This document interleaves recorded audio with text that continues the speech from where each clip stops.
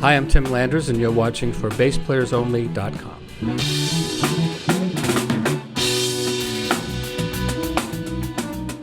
Hi everyone, John Liebman here. You're watching for BassPlayersOnly.com. We're coming to you today from, where are we? We're downstairs under the Jazz Cafe in a funky vibe area at the Music Hall in Detroit with our old friend Tim Landers. Tim, great to see you again. You too, John. Great to be here.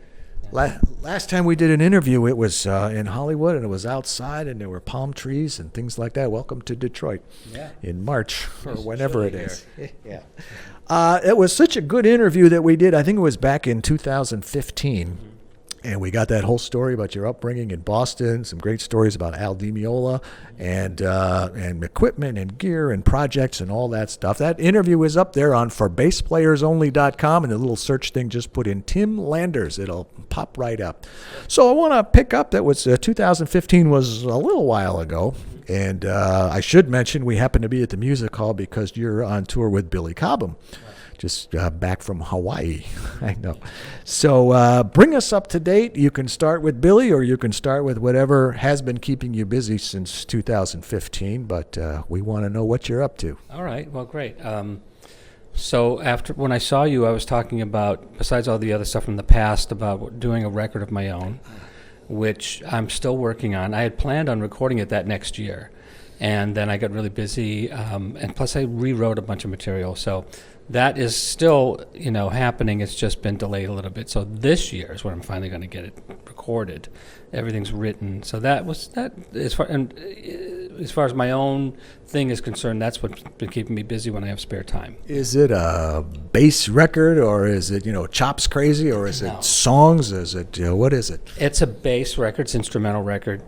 But I would say it's definitely got my influences in it and stuff that I've done, playing throughout my life, a little bit of kind of fusion stuff and rock and funk, and there's some slap stuff in it and some fretless melody stuff and stuff. So like there's a few bass solos, but it's not bass solo heavy, okay. Just where I think it's I don't want to put too much of that.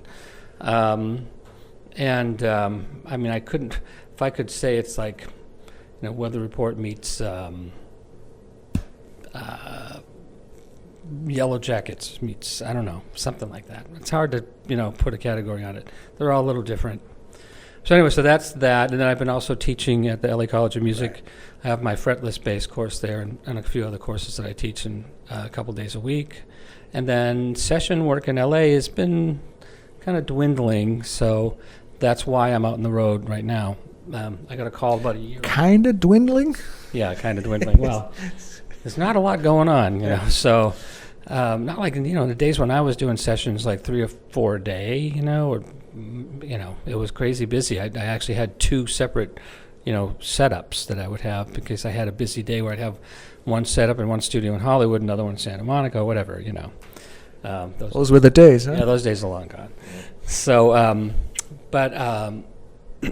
about a year or so ago, I got a call from Billy Cobham, who I played with from, I think, 79 or 80 to about 83 or 4. And he said, yeah, I want to go out and do some gigs with this Crosswinds project. Were you interested in doing it? And I said, yeah, I'd love to do it. So it did work out. And we started in November of last year. We went to Europe, played in England, and then so earlier this year we went to Italy, and then now we're in the States, and we started on the West Coast, and we went to Hawaii, as you mentioned, which was really great. And then we had 2 days off, and now we're here in Detroit. You had 2 days off in Hawaii? No. I went back to LA in between to kind of like catch up a little bit. I actually had to give final exams to my fretless students. So yeah, you guys, they rocked. They did great. They had to pick one of 3 solos, either Gary Willis's Norwegian Wood, Jocko's All-American Alien Boy solo. I don't know if you know that solo. No, I don't think it's off an Ian Hunter record. It's kind of an obscure, really cool. Jocko on an Ian Hunter record. Mm-hmm. Okay. It's a solo in D flat major. It's a blues solo. It's really Ian Hunter from Mott the Hoople? From Mott the Hoople, yeah. Okay. Yeah, that's a good one. Wow. And then the other one was Marcus solo from The King Is Gone, which is a minor blues solo. So they did great. So I did that on Tuesday, and then we're here in Detroit. So And this tour has been great. It's Fareed Haq on guitar, Scott Tibbs on keyboards, Paul Hansen, who plays bassoon and soprano saxophone. He plays bassoon with all kinds of electronics. It's really ultra hip. I caught a bunch of the sound check, and wow, that was different. It's pretty cool stuff. Well, just a bassoon alone is different, but all the processing is pretty wild. And Billy's done all these rearrangements of his Crosswind songs and some other ones too. So there's a bunch of added sections and stuff like that. So it's been a lot of fun, you know. And so we finish in a couple of weeks this thing, and then after that, I'm going to Europe to play with a band called Secret Sky, and we're going to do a live recording with Al Schmidt. And then after that, something else is happening, but I'm going to end up in Russia at the end of the year. I've heard that, which I've never been. And that's that. You know, I think as far as like the gigs that I already know that are lined up. So I'm busy up and through the end of May. Got a little time off in the summertime. Oh no, Billy's doing an educational retreat in Mesa, Arizona in July. I'm going to be involved with that. I hope it's air conditioned wherever it is. It's not the best time to be in Mesa, Arizona. Tell me a little bit about your gear. I know I know we were talking about Trickfish amps, and sadly we lost Richard Roos a few months ago, very suddenly and unexpectedly. Yeah. But what do you want to share a little bit about Richard? Because he was impossible not to like, and I've never heard a negative word about him. We could go on and on about him, couldn't we? He was the coolest guy. He was one of those guys that had equal, you know, left and right brain. He was super smart and super witty, and really musical. He was a really funky bass player. I mean, he played with Rufus. He played with a lot of people. But he also was able to do things like he worked with SWR and helped build that brand. Right. But he decided a few years ago to start his own bass companies, you know, and he called it Trickfish. What I understand the name comes from, his original partner was a guy named Carpenter, and so he was Carp, so that was the fish. And Richard Roos is French for trick, so it was Trickfish. That's where that comes from. I never knew that. I just thought it was a fun name. Great amps, and I know you've been playing them. So, well, he launched the company just a few years ago, right? Yeah, I was one of the first guys to play them. So yeah, and they're great. As a matter of fact, on this tour, I'm playing through all rented backlight gear, because it's not the kind of tour where we're traveling with our own stuff. And when I got to Yoshi's in Oakland, there was a Trickfish rig there that Richard installed in there. And, you know, after playing through all these different amps, which I won't mention because everyone's great, but they're just all a little different, the Trickfish just felt so good. And that preamp was just so pristine. So I was really happy for the 3 nights we were there, you know. Yeah. But, you know, so, like, I've got that going, and I've been using their 2x12 cabinet, but I want to get one of their 4x10s because I played through a 4x10 at Yoshi's, and it really kicked butt, so I really liked it a lot. Guitar-wise, I'm still playing Padulas, which I have been since, you know, back in the 70s. Tell me a little about that. I met Mike. Did I ever tell you the story about how he had my bass defretted? Yes, boat epoxy and yes. That's when I met him. So ever since then, he asked me if I would play one of his basses if he made one, and that's when I started with him. So then we worked on the fretless bass, Mark Egan and myself and John. And then and in the last 10 years, I've been playing his Nuance, which is a 5-string bolt-on, 34-inch scale, really nice, kind of versatile instrument. It sounds good in almost any kind of, you know, idiom. But that bass took a hit on the way back from Europe. The flight case got dropped, I think, and some part of the circuit board got damaged. So it's not, I can't use it. So I'm out with my Lakeland, which is one of my extra basses, which is a great bass, 5-string. Settling for a Lakeland doesn't sound so bad. I know it doesn't. And it's a really nice, but it's 35-inch scale, which is interesting. Huh. I didn't even realize it until this other bass player came to the show the other day. He goes, "So you're playing 35-inch scale?" I said, "I am." He goes, "Yeah, you are." So, like, oh, no wonder why again. And then, what else am I? Oh, Labella strings are my strings forever. You know, I use their nickel-plated, you know, medium gauge. And I just bought this new Roland Boss multi. I saw that during the sound check. Yeah, and that thing is really great for, like, you know, I can't bring my big pedal board, you know, because we're not carrying our own gear. So this thing I can throw in a backpack. Must be a pretty big pedal board that you can't bring. Well, I mean, you know, we can't. I can't like fly with more than 3 bags because every time every bag costs money now.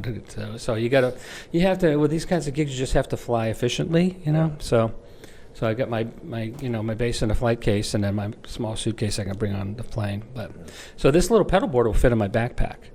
And it's nice. It's really clean sounding. It has a really great funk machine in it, like a really good envelope follower. So, so that's kind of this. My traveling rig has just been the Lakeland now was the Padula and this little Boss thing and whatever gear they have, whether it's a tone hammer or, GK RB800, which seems to be everywhere. Well, kind of the tone hammer is kind of taken over as the RB800. You know what I mean? Like that, the RB800 was a standard. Practically every backline rental company had an RB800. Yes. Right? So now I'm seeing tone hammers all over the place. I've noticed in my little personal survey of touring, An unscientific, unofficial survey. The Padulas have Bartolini pickups, right? They do, yeah. And the TBT preamp, right? Which is pretty good. It's like you've got your bass mid-range treble and then balance control, and there's a switch for it's kind of a phase kind of switch, almost like a mid-range kind of switch on the Nuance I'm talking about, and you can kind of flick that up for slap, I guess, or whatever you want to do with it. The Lakeland is similar too, actually, to the electronics, which is one of the reasons why I like it, because I can get similar tone out of it. I'm used to it. Yeah. What about you mentioned a whole big handful of things and tours and projects coming up. Is there anything else that you've always wanted to do or that you plan to do someday that you just haven't gotten around to yet? I know you're working on the solo record, and you mentioned Russia and all the other things you were talking about. Anything that we haven't talked about that's always kind of been in the back of your mind? That's a really good question, John. Or are you just a one day at a time kind of guy? Well, no, I'm not. But I interviewed Verdine White from Earth, Wind and Fire, and I asked him. He says, "I'm only one day at a time." I said, "Well, what are you doing tomorrow?" He says, "Tomorrow we're going to Albany," and I don't know anything beyond that. I'm not absolutely not a one day. I'm a 2 day at a time guy. Okay. No, this. Oh, you're a doubler.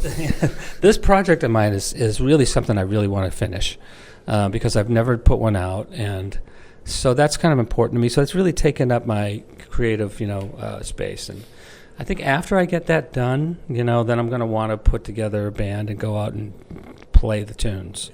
Yeah. I mean, that's important, I think, kind of just to, it's one thing to record them, it's another thing not to have them, out there played and kind of like interpreted, by people at different times. So I think that's probably, I would say that is the answer, that I want to put a band together and go out and do material of my own. Well, I hope you'll come through Detroit, or maybe better yet, maybe you'll go to Hawaii and we'll go there to hear you play. I don't remember if I asked you this last time or not, Tim, but what would you be if you weren't a bass player? Something outside of music? You did ask me, and I can't remember what I told you, but I told you I liked photography. I think I said that. And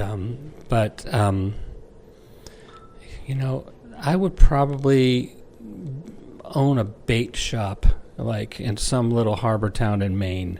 Wow. And have a coffee shop attached to it, and then play gigs at night on my upright at the little jazz club down the street.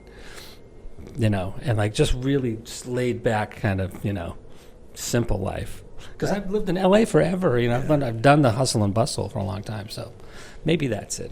That sounds all right. Let me know if that ever comes to fruition.